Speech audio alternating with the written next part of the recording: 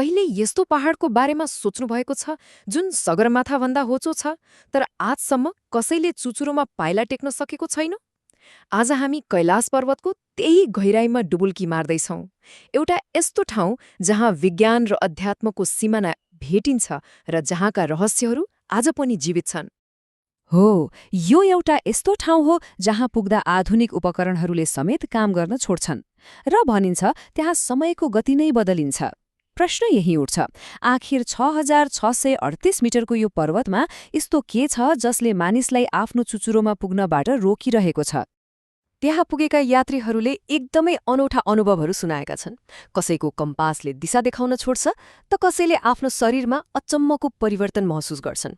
यसलाई भगवान शिवको घर मात्र मानिँदैन, कतिपयले त यसलाई मानव निर्मित विशाल पिरामिड नै हो भन्छन्। ल, अब यी दावीहरूलाई एक एक गरेर केलाउँ है त। ठिक छ, सबैभन्दा पहिले सुरु गरौँ यसको ज्यामितीय पक्षबाट। के कैलाश पर्वतको अवस्थिति एउटा संयोग मात्र हो वा यसको पछाडि कुनै गहिरो गणितीय रहस्य लुकेको छ? यो अङ्कलाई एकदमै ध्यान दिएर हेरौँ त वैज्ञानिकहरूले नाप्दा के पत्ता लगाए भने कैलाश पर्वत पृथ्वीको उत्तरी ध्रुवबाट ठ्याक्कै 6666 किलोमिटरको दूरीमा छ। यो कुनै सामान्य अङ्क पक्कै होइन। अब कुरा झनै रोचक हुँदैछ। हेर्नुस् है, कैलाशको दूरी उत्तरी ध्रुवबाट 6666 किलोमिटर छ अनि दक्षिणी ध्रुवबाट ठ्याक्कै त्यसको दोब्बर मतलब 13332 किलोमिटर। यो गणितीय सन्तुलनले यसलाई पृथ्वीको कुनै विशेष केन्द्रको रूपमा देखाउँछ। हो, यही अचम्मको ज्यामितीय अवस्थितिका कारणले गर्दा नै प्राचीन ग्रन्थहरूले कैलाशलाई एक्सेस मुन्डी भनेका छन्। यसको अर्थ हो पृथ्वीको त्यो काल्पनिक केन्द्र वा धुरी जसले सिङ्गो ब्रह्माण्डलाई नै सन्तुलनमा राखेको छ। ज्यामितिको कुरा त भयो, अब लागौं कैलाशको सबैभन्दा डरलाग्दो र रहस्यमयी दाबीतर्फ। त्यहाँ समयको गति नै तीव्र हुन्छ भन्ने विश्वास छ, तर यसले मानव शरीरमा कस्तो प्रभाव पार्छ होला त? त्यहाँ पुगेका यात्रीहरू र केही अनुसन्धानकर्ताहरू के भन्छन् भने कैलाश क्षेत्रमा समय एकदमै छिटो बग्छ। सामान्यतया हाम्रो कपाल वा नङ बढ्न जति समय लाग्छ मतलब लगभग 2 हप्ता, त्यहाँ त्यो वृद्धि केवल 12 घण्टामा देखिन्छ रे। यसलाई फास्ट एजिङ पनि भनिन्छ, अर्थात् उमेर छिटो बढ्ने प्रक्रिया। यो एउटा घटनाले त रहस्यलाई झनै गहिरो बनाउँछ।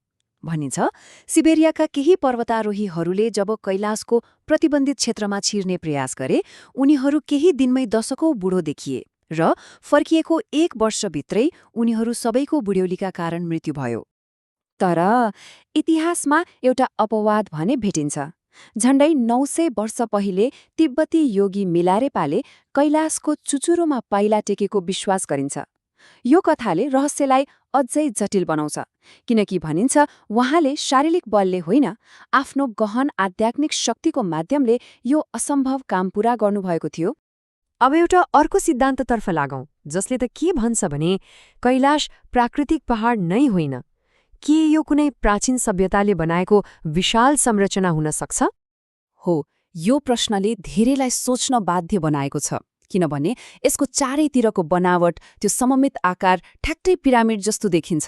हुन त भूगर्भशास्त्रीहरू यसलाई प्राकृतिक रूपमै बनेको संरचना मान्छन्, तर यसको अचम्मको बनावटले प्रश्न त उब्जाउँछ नै, के यो साँच्चै कसैले बनाएको हो कि?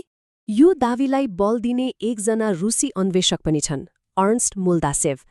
आफ्नो अनुसन्धानपछि उहाँले के दावी गर्नुभयो भने कैलाश पर्वत वास्तवमा मानव निर्मित पिरामिडहरूको एक विशाल कम्प्लेक्स हो, जसको केन्द्रमा मुख्य पिरामिड रहेको छ। कुरा यतिमा मात्रै सकिँदैन।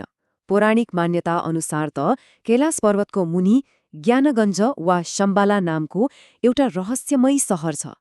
भनिन्छ यो त्यस्तो ठाउँ हो जहाँ पृथ्वीबाट विलुप्त भएका जीव र ज्ञानलाई अर्को सत्ययुगको सुरुवातका लागि सुरक्षित राखिएको छ।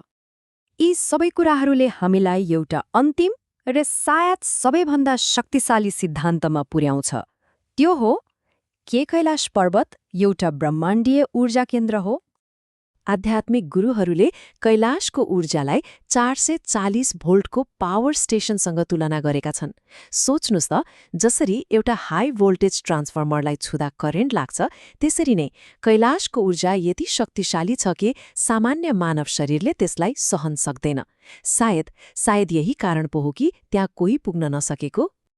त्यहाँनिर निरन्तर एउटा रहस्यमयी आवाज गुन्जिरहन्छ पनि भनिन्छ। धेरैले यसलाई भगवान शिवको डमरूको आवाज भन्छन्, कसैले ब्रह्माण्डको पहिलो ध्वनि ओमको प्रतिध्वनि मान्छन्। अनि रोचक कुरा के छ भने केहीले नासाले रेकर्ड गरेको अन्तरिक्षको आवाज र ओम ध्वनिको कम्पन बीचमा समानता रहेको दावी पनि गर्छन्।